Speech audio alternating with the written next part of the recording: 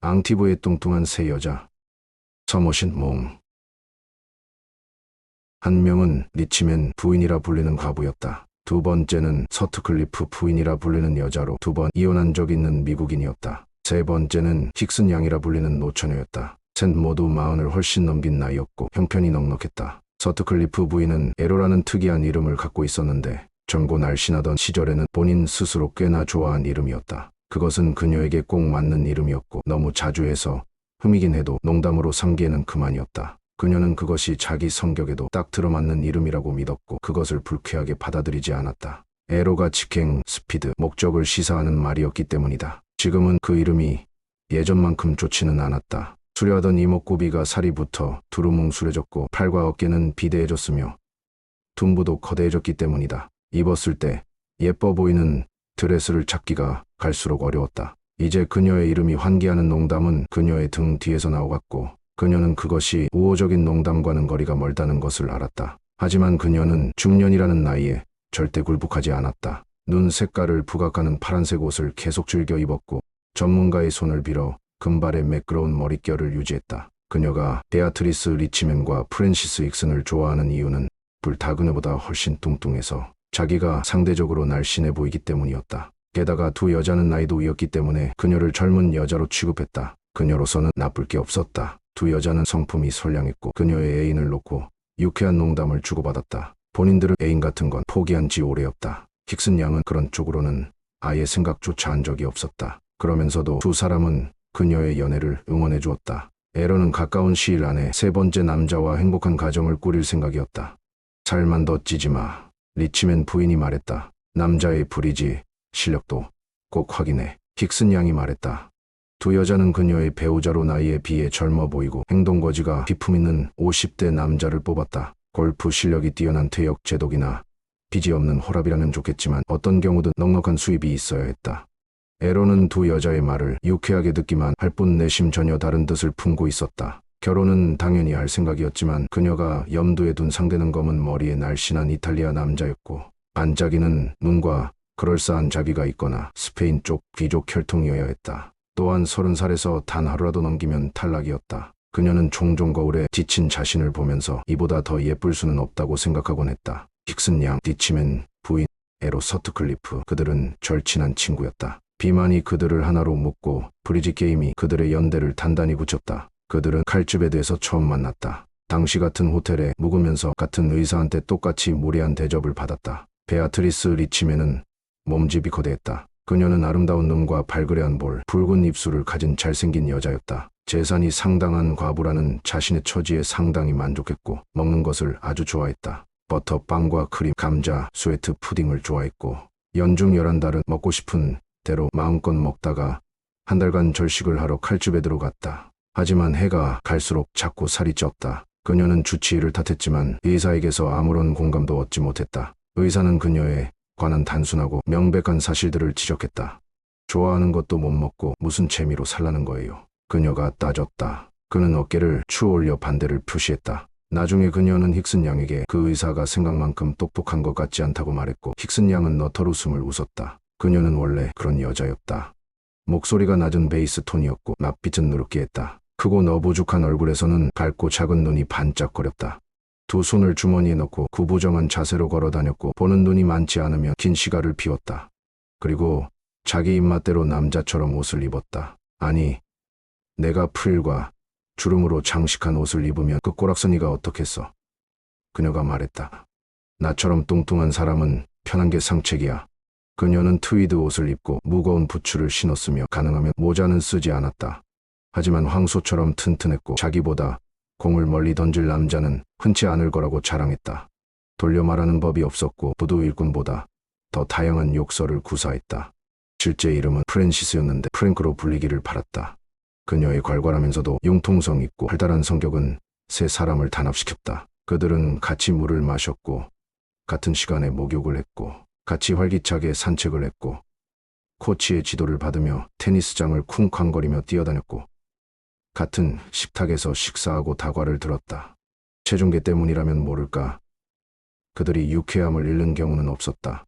하루쯤 한 명이 기분이 처져 있어도 프랭크의 질펀한 농담과 베이트리스의 쾌활함, 에로의 다정다감한 기질에 우울함은 배견하지 못했다. 그러다가 딴의 조치가 취해지면 그들은 24시간 침대에 누워 의사 양반이 처방한 양배추를 헹구어낸 뜨거운 맹물과 다름없는 유명한 채소 수프 외에는 아무것도 목구멍으로 넘기지 못했다. 이 세 여인은 더없이 돈독했다. 브리지 게임을 할 때 네 번째 플레이어가 필요하지만 않았어도 더는 아무도 필요로 하지 않았을 것이다. 그들은 격렬하고 열정적으로 브리지 게임을 했고 하루 일정의 치유가 끝나면 득달같이 브리지 테이블에 둘러앉았다. 셋 중 실력이 가장 뛰어난 사람은 여성스러운 에로였다. 그녀는 냉혹하고 현란한 게임 실력을 선보였다. 사정을 봐주지도 않았고 양보하거나 실수를 놓치는 법도 없었다. 베아트리스는 탄탄하고 믿음직했다. 프랭크는 과감했다. 이론에 혼에서 하는 말마다 권위가 있었다. 그들은 라이벌 구도에 대해 긴 설전을 벌였다. 컬버트슨과 심스를 끌어대며 서로에게 맹공을 퍼부었다.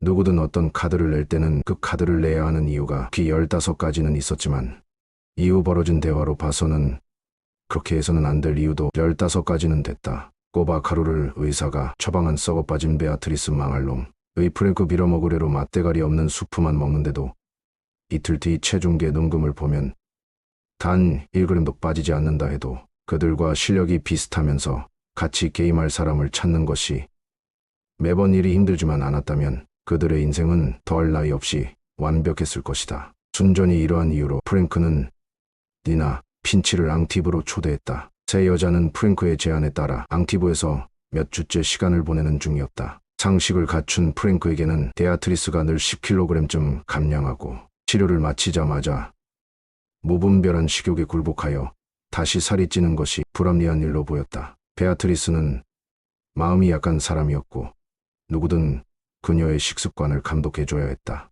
그래서 프랭크는 칼주베드를 떠나 앙티브의 집을 하나 빌리자고 제안했다. 그곳에서 충분한 운동을 하면서 누구나 인정하듯 살을 빼는데 수령만 한 것이 없었다. 치료의 효과를 연장하자고 한 것이다. 전용 요리사를 따로 두면 살이 찌는 음식들을 피할 수 있으니 몇 킬로그램쯤 더 빠지지 말란 법도 없었다. 대단히 훌륭한 계획인 것 같았다.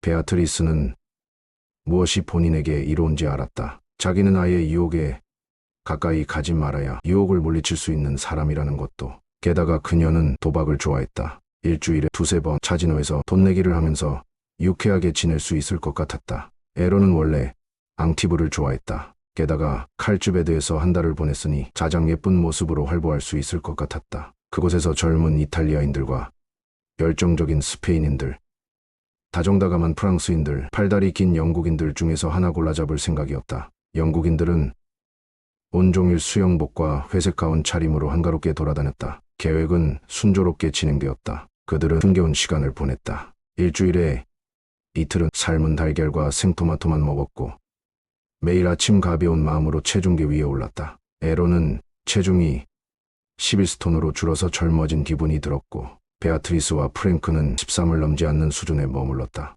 그들이 산 체중계는 단위가 킬로그램이어서 그들은 단짝이는 눈으로 그것을 파운드와 온스로 능숙하게 환산했다. 하지만 브리지 게임의 네 번째 플레이어가 늘 말썽이었다. 누구는 바보처럼 게임을 했고 누구는 속도가 느려 터졌고 누구는 걸핏하며 싸움을 걸었고 누구는 지면 패배를 인정하지 않았고 또 누구는 반사기꾼이었다.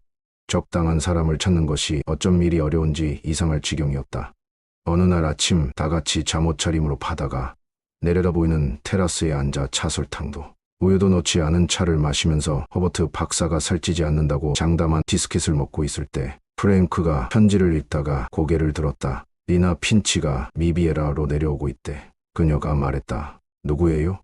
에로가 물었다. 내 사촌과 결혼한 여자야. 2달 전에 내 사촌이 죽었고 그 여자는 신경쇠약을 앓다가 마음을 추스르고 있는 상태지. 여기로 와서 보름 정도 같이 있자고 할까? 브리지 할 줄 안대. 베아트리스가 물었다. 당연하지. 프랭크가 굵은 목소리로 말했다. 그것도 아주 잘해. 그 여자만 있으면 다른 사람은 없어도 돼. 몇 살이에요? 에로가 물었다. 나랑 같아. 그럼 됐네요. 그렇게 결정이 났다. 프랭크는 평소처럼 추진력을 발휘해 아침을 먹자마자 전보를 보내러 힘차게 나갔다. 사흘 후 리나 틴치가 도착했다. 프랭크는 역에서 그녀를 만났다. 그녀는 최근에 남편이 세상을 떠난 일로 수심이 깊었지만 쓰러질 것 같지는 않았다. 프랭크와 그녀는 2년 만에 만나는 것이었다. 프랭크는 따뜻한 입맞춤을 한 뒤 그녀를 찬찬히 뜯어보았다. 많이 말랐네. 프랭크가 말했다. 리나는 씩씩하게 미소를 지었다. 최근에 큰일을 겪었으니까 살이 많이 빠졌어. 프랭크는 한숨을 지었다. 하지만 그것이 남편을 잃은 여자에 대한 연민 때문인지 아니면 부러움 때문인지는 확실하지 않았다. 하지만 리나는 티탄에 젖어 있지 않았다. 그녀는 해수욕을 빨리 마친 뒤 프랭크를 따라 이들록으로 갔다. 프랭크는 두 친구에게 낯선 여인을 소개했다. 그들은 몽키 하우스로 알려진 곳에 자리를 잡고 앉았다. 그곳은 울타리를 친 공간으로 주변을 둘러싼 유리창 너머로 바다가 내려다 보였다. 뒤쪽에는 바가 있었고 수영복이나 잠옷, 가운 차림으로 탁자에 앉아 술잔을 기울이며 이야기를 나누는 사람들로 북적였다. 마음이 여린 베아트리스는 외로운 과보를 안쓰럽게 생각했다. 에런은 안색이 창백하고 평범해 보이는 나이가 48은 될 듯한 그녀를 보고는 얼마든지 좋아할 수 있겠다 싶었다. 웨이터가 시중을 들었다. 뭐 먹을래, 디나? 프랭크가 물었다. 모르겠어. 뭐가 있으려나? 드라이 마티니? 아니면 디? 에로와 베아트리스는 그녀를 흘끔 쳐다보았다. 칵테일이 얼마나 살지는 운류인지 모르는 사람은 없었다. 여행을 했으니 피곤하겠다. 프랭크가 친절하게 말했다. 그녀는 리나를 위해 드라이 마티니를 자기와 다른 두 친구가 마실 것으로 레몬과 오렌지를 섞은 주스를 주문했다. 이런 더운 날씨에 알코올은 좋지 않을 것 같아서 그녀는 설명했다. 오, 난 그런 것 상관 안 해. 디나가 대수롭지 않다는 듯 대꾸했다. 난 칵테일 좋기만 하더라. 에로는 보련지를 바른 얼굴이 조금 창백해졌지만 그녀와 베아트리스는 세수욕을 할 때 절대 얼굴을 물에 적시지 않았고 그런 몸집으로 잠수하기 좋아하는 프랭크를 어이없게 생각했다. 아무 말도 하지 않았다. 대화는 화기애애하게 이어졌고 모두들 뻔한 이야기만 열심히 하다가 점심을 먹으러 걸어서 별장으로 돌아왔다. 냅킨마다 작은 무지방 비스킷이 2조각씩 놓여 있었다. 리나는 그것을 자기 접시 옆에 놓으며 환한 웃음을 지었다. 빵 좀 먹어도 될까? 그녀가 물었다. 새 여인의 귀에 그보다 더 무지막지한 말이 날벼락처럼 들이닥친 적은 없었다. 빵은 새 여인 모두 10년 전부터 먹지 않고 있었다. 식탐이 많은 베아트리스에게도 그것은 선을 넘는 짓이었다. 마음씨 좋고 사교적인 프랭크가 가장 먼저 정신을 차렸다. 오, 물론이지. 그녀는 그렇게 말하고는 집사에게 고개를 돌려 땅을 가져오라고 말했다. 그리고 버터도. 리나가 특유의 사근사근한 말씨로 말했다. 잠시 어색한 침묵이 이어졌다. 집에 버터가 있나 모르겠네. 프랭크가 말했다. 그래도 물어는 볼게. 부엌에 조금 있을지도 몰라. 내가 버터 바른 빵을 좋아하거든요. 리나는 베아트리스에게 고개를 돌려 말했다. 베아트리스는 쓴웃음을 짓고는 어정쩡하게 대꾸했다. 집사가 길고 다삭한 프렌치 빵을 한 덩이 가져왔다. 리나는 빵을 불로 자른 뒤 용케 구해온 버터를 발랐다. 구운 가자미 요리가 나왔다. 우린 그냥 소박하게 먹어. 프랭크가 말했다. 내가 이해해줬으면 좋겠다. 오, 그럼. 나도 간단히 먹는 걸 좋아해. 리나가 버터를 집어 자기 생선에 바르면서 말했다. 난 버터 바른 빵이랑 감자, 크림만 있으면 충분해. 새 친구는 시선을 교환했다. 프랭크의 누르깨한 얼굴이 조금 시무룩해졌다. 그녀는 자기 접시 위에 맛대가리 없는 가자미를 시큰둥한 눈으로 쳐다보았다. 베아트리스가 구조대로 나섰다. 여기서는 크림을 구할 수 없어서 실망이지 뭐예요. 그녀가 말했다. 리비에라에서는 구할 수 없는 것들 중 하나랍니다. 안타깝네요. 리나가 말했다. 베아트리스가 방황하는 일이 없도록 세심히 지방을 제거한 양고기, 커틀립과 데친 시금치가 점심으로 나왔고 식사는 패스트로 마무리되었다. 리나는 자기 배를 맛보고는 이게 무슨 맛이냐는 표정으로 집사를 쳐다보았다. 그 눈치 빠른 남자는 그녀의 마음을 즉시 알아챘고 이제까지 그 식탁에서 한 번도 쓰인 적 없는 가루, 설탕통을 그녀에게 즉시 대령했다. 리나는 자기 음식에 설탕을 마음껏 뿌렸다. 다른 세 여인은 그것을 못 본 척했다. 커피가 나왔을 때 리나는 자기 커피에 각설탕을 3조각 넣었다. 그러다가 충치 생기겠어요. 에로가 다정함을 끌어낸 목소리로 말했다. 달콤하기로는 사카린이 훨씬 낫지. 프랭크가 작은 사카린 조각을 자기 커피에 넣으며 말했다. 난 그런 거 질색이야. 리나가 말했다. 베아트리스의 입이 살짝 벌어졌다. 그녀는 열망하는 표정으로 각설탕을 쳐다보았다. 베아트리스. 프랭크가 엄하게 말했다. 베아트리스는 터지는 한숨을 삼키고는 사카린 쪽으로 손을 뻗었다. 프랭크는 다 같이 브리지 테이블에 둘러앉고서야 마음을 놓았다. 에로와 베아트리스가 떨떠름해하는 것이 눈에 보였기 때문이다. 프랭크는 리나가 여기 묵는 보름 동안 두 사람이 리나를 좋아하고 리나도 그들과 즐거운 시간을 보내기를 바랐다. 첫 3전 2선 승제를 시작하면서 에로는 신참과 편을 먹었다. 벤더빌트로 하시나요? 아님 컬버트슨? 에로가 리나에게 물었다. 특별한 원칙은 없어요. 리나가 명랑한 말투로 말했다. 그때그때 직감에 따라 게임해요. 난 컬버트슨을 엄격히 지켜요. 에로가 딱 잘라 말했다. 새 여인은 전투에 앞서 마음을 굳게 먹었다. 원칙이 없다니 해보면 어떤 쪽인지 알게 되겠지. 브리지 게임 앞에서는 프랭크의 가족에도 맥을 못 추었다. 그녀도 다른 두 여자처럼 신참을 중간에 제쳐야겠다고 결심하면서 탁자에 앉았다. 하지만 리나는 직관이 아주 발달한 여자였고 게임에 대한 타고난 감각과 많은 경험치를 가지고 있었다. 그녀는 상상력을 발휘하며 빠르고 대담하게 확신을 가지고 게임을 했다. 다른 게임자들은 고단수인 리나의 의중을 빨리 파악하지 못했다. 게다가 천성이 선량하고 반대했기 때문에 점차 방심하고 말았다. 브리지 게임은 진정한 브리지 즉 다리 역할을 했다. 모두들 게임을 즐겼다. 에로와 베아트리스는 리나에게 더 다정한 마음을 품었고 프랭크는 그것을 알아채고 안도의 한숨을 쉬었다. 이대로라면 성공이었다. 2시간 뒤 그들은 자리를 파고 흩어졌다. 프랭크와 베아트리스는 골프를 하러, 에로는 최근 알게 된 젊은 로카말의 왕자와 산책을 나갈 예정이었다. 그는 대단히 다정하고 젊은데 다 잘생긴 남자였다. 리나는 쉬겠다고 말했다. 그들은 저녁 식사 직전에 다시 만났다.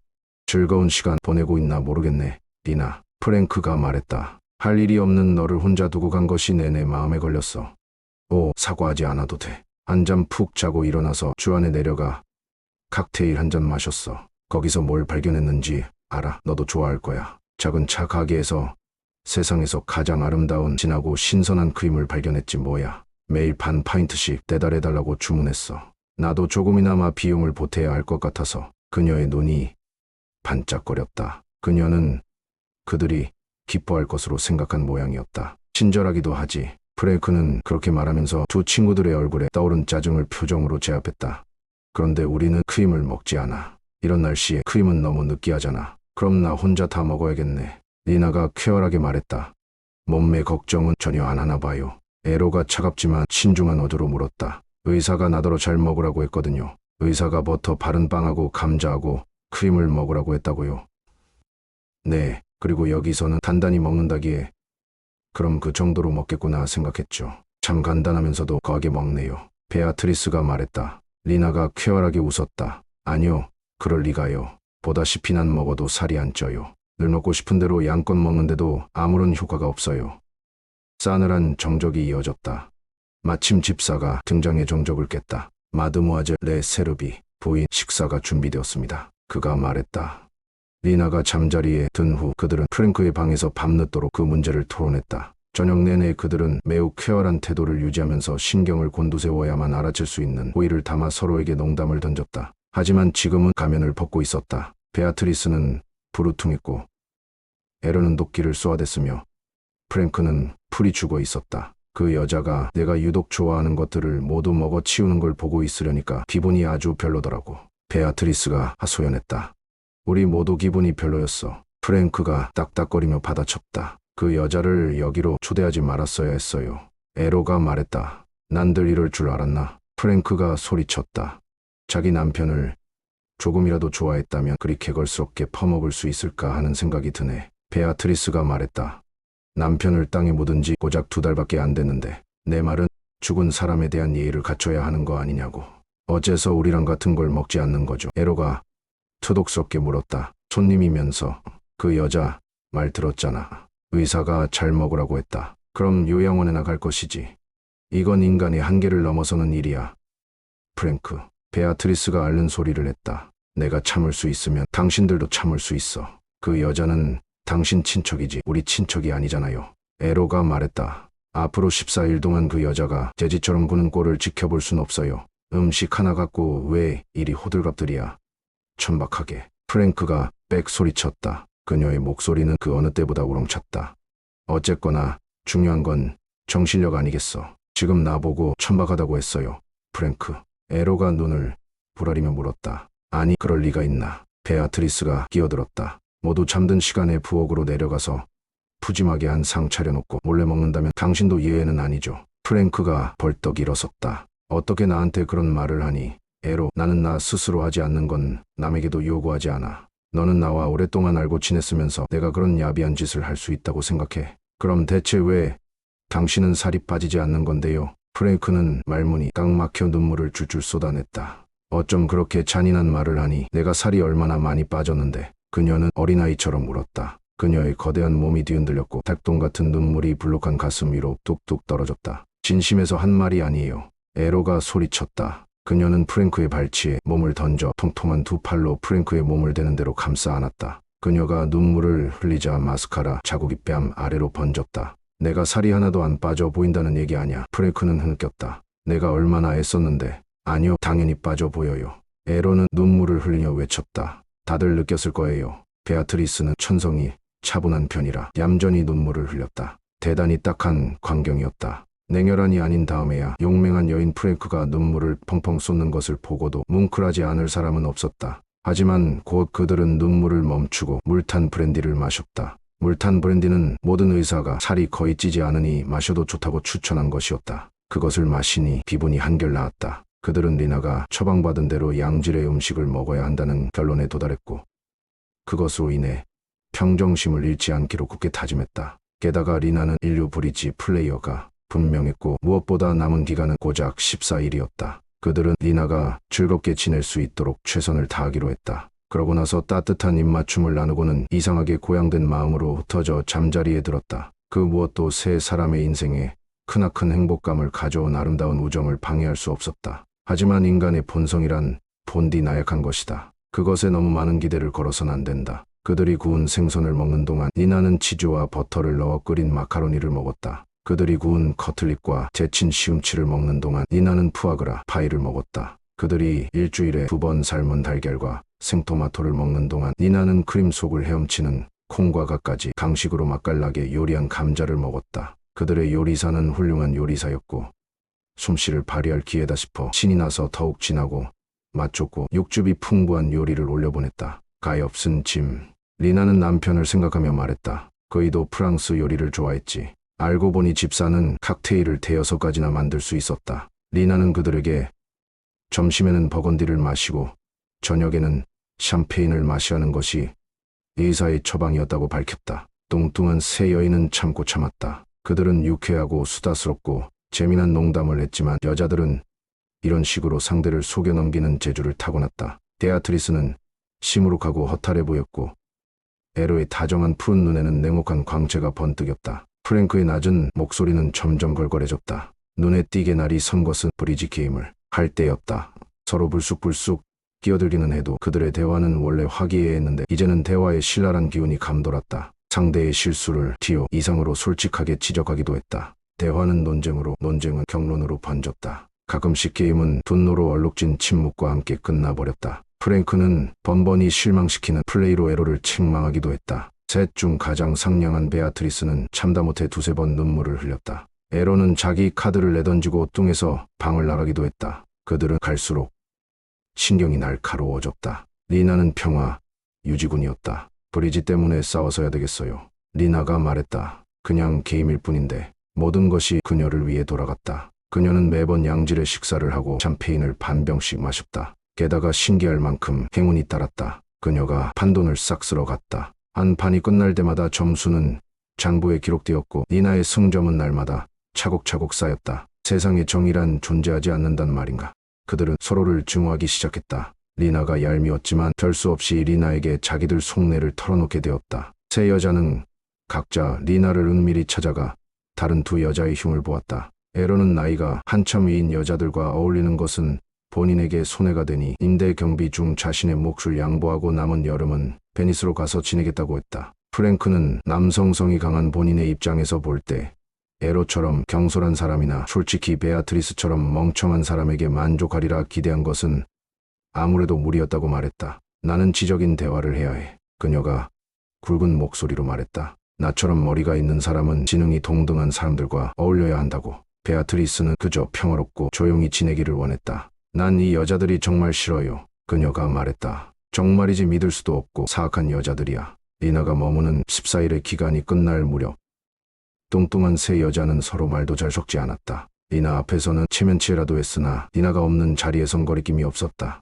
말다툼의 단계는 이미 넘어선 상태였다. 그들은 서로를 멸시했다. 멸시하는 것이 불가능할 땐 차갑고 예의 바른 태도로 서로를 상대했다. 리나는 이탈리아 쪽 리비에라에서 친구들과 지낼 예정이었다. 그녀가 탈 기차는 도착할 때 타고 온 기차였다. 프랭크는 리나를 배웅했다. 리나는 그들에게서 많은 돈을 따서 떠나는 참이었다. 뭐라 고맙다는 말을 해야 할지 모르겠네. 리나가 객차에 올라타며 말했다. 덕분에 즐겁게 놀다가. 프랭크 익슨이 남자와 맞상대를 해도 밀리지 않는다는 것 말고 또 자부심을 갖는 게 있다면 여신사로 인정받는다는 것이었다. 그녀의 대답은 당당함과 우아함의 조합에 완벽히 들어맞았다. 우리야말로 내가 있어서 즐거웠어, 리나. 그녀가 말했다. 신나게 놀았지. 하지만 그녀는 떠나가는 기차에서 돌아서서는 땅이 꺼져라. 안도의 한숨을 내쉬었다. 그리고 우람한 어깨를 쫙 펴고 별장을 향해 성큼성큼 발걸음을 옮겼다. 으이그. 그녀는 중간중간에 성질을 부렸다. 으이그. 그녀는 원피스 수영복으로 갈아입고 에스파드류를 신고 나서 남성용 가운을 걸치고는 절대 헛소리가 아니다. 이들록으로 갔다. 점심 식사 전까지 아직 물놀이할 시간이 있었다. 그녀는 몽키하우스를 통과할 때 아는 사람에게 아침 인사라도 하려고 주위를 둘러보았다. 온 인류와 평화롭게 지내고 싶은 마음이 솟구쳤기 때문이다. 그녀는 걸음을 뚝 멈추었다. 자기 눈을 믿을 수가 없었다. 베아트리스가 테이블에 혼자 앉아 있었다. 어제인가 그저께 몰리뉴에서 산 파자마 차림이었고 목에는 진주 목걸이를 하고 있었다. 프랭크의 민첩한 눈이 얼마 전 고불거리게 파마를 한 베아트리스의 머리, 화장을 한 뺨과 눈에 입술을 보았다. 그녀는 뚱뚱했다. 그냥 뚱뚱한 정도가 아니라 엄청나게 뚱뚱했지만 대단히 아름다운 여자라는 것은 누구도 부인할 수 없었다. 그런데 무얼 하고 있는 거지? 프랭크는 특유의 네안데르탈인 같은 구부정한 걸음새로 베아트리스에게 다가갔다. 물놀이 복장을 한 베아트리스는 일본인들이 토러스 해협에서 잡는다는 거대한 고래, 속된 말로 다다소처럼 보였다. 베아트리스, 지금 뭐 하는 거야? 프랭크가 굵은 목소리로 외쳤다. 먼 산에서 천둥이 치는 소리와 비슷했다. 베아트리스는 쌀쌀맞은 눈으로 프랭크를 쳐다보았다. 뭐 하긴 먹지. 그녀가 대꾸했다. 알아. 나도 눈이 있으니까. 베아트리스 앞에 크루아상 접시와 버터 접시, 딸기잼 병, 커피, 크림 그릇이 하나씩 있었다. 베아트리스는 먹음직하고 따끈한 빵에 버터를 두텁게 바르고 나서 여기에 잼을 덕지덕지 얹고 그 위에 크림까지 듬뿍 뿌렸다. 죽으려고 작정했구나. 프랭크가 말했다. 알게 뭐야. 베아트리스가 입안에 한가득 넣고 웅얼거렸다. 살이 뒤룩뒤룩 찔 거야. 지옥에나 가. 그녀는 프랭크의 면전에 대고 웃기까지 했다. 신이시여, 크루아상의 냄새가 너무 좋네요. 너한테 실망했다. 베아트리스. 그래도 넌 명예를 지킬 줄 알았어. 다 너 때문이야. 그 망할 여편네. 내가 그 여자를 불렀잖아. 자그마치 보름 동안 그 여자가 돼지처럼 처먹는 꼴을 지켜봤어. 인간이 어떻게 그걸 참아. 배가 터진데도 한 끼는 실컷 먹을 거야. 프랭크의 눈에 눈물이 차올랐다. 갑자기 연약한 여자처럼 마음이 약해졌다. 자기를 무릎에 앉히고 어르고 달래면서 아기 때 이름으로 불러줄 강한 남자가 그리웠다. 그녀는 아무 말 없이 베아트리스의 옆자리에 털썩 앉았다. 웨이터가 다가왔다. 그녀는 비참한 손짓으로 커피와 크루아상을 가리켰다. 같은 걸로 줘요. 그녀가 한숨을 쉬었다. 프랭크가 무심코 손을 내밀어 빵을 집으려 했지만 베아트리스가 접시를 획 치웠다. 안 돼. 먹지 마. 내 것 나올 때까지 기다려. 프랭크는 여자들이 친한 사이에서는 좀채 쓰지 않는 욕설을 짓거렸다. 잠시 후 웨이터가 그녀의 크루아상과 버터, 잼, 커피를 가져왔다. 크림은 어디 갔어? 바보 양반아. 그녀는 궁지에 몰린 암사자처럼 으르렁거렸다. 그녀는 먹기 시작했다. 개걸스럽게 마구 우겨 넣었다. 그곳은 일광욕과 해수욕을 즐긴 뒤 칵테일을 한두 잔 마시러 들른 사람들로 북적이기 시작했다. 얼마 뒤 에로가 모카말의 왕자와 함께 한가로이 안으로 들어섰다. 그녀는 아름다운 슈를 두르고 있었는데 최대한 날씬하게 보이려고 슈를 한 손으로 틀어쥐고 고개는 이중턱이 보일까 봐 한껏 치켜든 자세였다. 그녀는 쾌활한 웃음을 터뜨렸다. 젊은 여자가 된 기분이었다. 방금 전 그에게서 그녀의 눈동자 앞에선 지중해의 파란 빛깔도 완두콩 수프처럼 무색하다는 마리탈리아 말을 들었기 때문이었다. 그는 그녀를 두고 매끄러운 검은 머리를 빗으러 남자 휴게실로 갔다. 그들은 5분 뒤에 만나 술을 마실 예정이었다. 에로는 뺨에 보련지를 조금 더 바르고 입술에 빨간 립스틱을 바를까 하고 여자 휴게실을 향해 걸어갔다. 그녀는 걸음을 옮기다가 프랭크와 베아트리스를 발견하고 걸음을 멈추었다. 자기 눈을 믿을 수가 없었다. 세상에, 그녀가 소리쳤다. 이 짐승들, 이 돼지들. 그녀가 합석했다. 웨이터. 약속 따위는 머릿속에서 깨끗이 지워졌다. 웨이터가 눈빛을 반짝거리며 그녀 옆에 섰다. 이 숙녀분들이 드시는 걸로 가져와요. 그녀가 주문했다. 프랭크가 접시에 처박고 있던 거대한 머리를 들었다. 나는 푸아그라 줘요. 그녀가 우렁차게 말했다. 프랭크. 베아트리스가 외쳤다. 입 다물어. 그렇다면 나도 줘요. 커피가 나왔다. 따끈한 롤빵과 크림과 푸아그라도. 그들은 달려들었다. 파이에 크림을 발라 먹었다. 잼을 숟가락으로 퍼먹었고 바삭바삭하고 맛 좋은 빵을 우적우적 개걸스럽게 씹었다. 이 순간 에로에게 사랑이 무슨 의미가 있을까? 왕자님은 모마의 궁정과 아펜니노의 성이나 지키라지. 그들은 말조차 하지 않았다. 대단히 진지한 작업을 수행하는 중이었다. 그들은 엄숙한 환희와 열정 속에서 먹었다. 25년 동안 잠자를 먹은 적이 없네. 프랭크가 은근히 아쉬운 목소리로 말했다. 웨이터. 베아트리스가 외쳤다. 감자튀김 3인분 가져와요. 트레비 마담. 그러죠 부인. 감자가 나왔다. 아라비아의 향수를 모두 합친다고 해도 이보다 향기로울 수 없었다. 그들은 손으로 감자를 집어먹었다. 드라이 마티니 한 잔 줘요. 에로가 말했다. 식사 중에 드라이 마티니를 마시면 안 돼. 에로. 프랭크가 말했다. 안 된다고? 되나 안 되나 보면 알겠네요. 알겠어. 나도 드라이 마티니 더블로. 프랭크가 말했다. 그냥 드라이 마티니 더블로 3잔 가져와요. 베아트리스가 말했다. 드라이 마티니가 나왔고 그들은 그것을 꿀꺽꿀꺽 삼켰다. 그녀들은 서로를 쳐다보면서 한숨을 내쉬었다. 지난 보름간의 오해가 눈 녹듯 풀렸고 그들의 가슴에는 서로를 향한 진실한 애정이 새록새록 차올랐다. 그간 그들에게 굳건한 만족감을 가져다준 우정을 잠시나마 허물어뜨릴 생각을 했다는 것이 믿어지지 않았다. 그들은 감자를 다 먹었다. 초콜릿 크림 케이크가 있나 모르겠네. 베아트리스가 말했다. 당연히 있지. 당연히 있었다. 프랭크는 케이크 조각을 통째로 커다란 입에 넣고 삼킨 뒤 한 조각 더 집었지만 먹기 전에 두 여자를 쳐다보고 나서 그 괴물 같은 리나의 심장에 응어리진 비수를 꽂았다. 누가 뭐래도 말이지 그 여자는 브리지 게임을 추잡하게 해. 진짜 최악이죠. 에로가 맞장구를 쳤다. 하지만 베아트리스는 벼랑간 머랭이 생각나 그것을 먹고 싶다는 생각을 했다. 앙티브의 뚱뚱한 새 여자.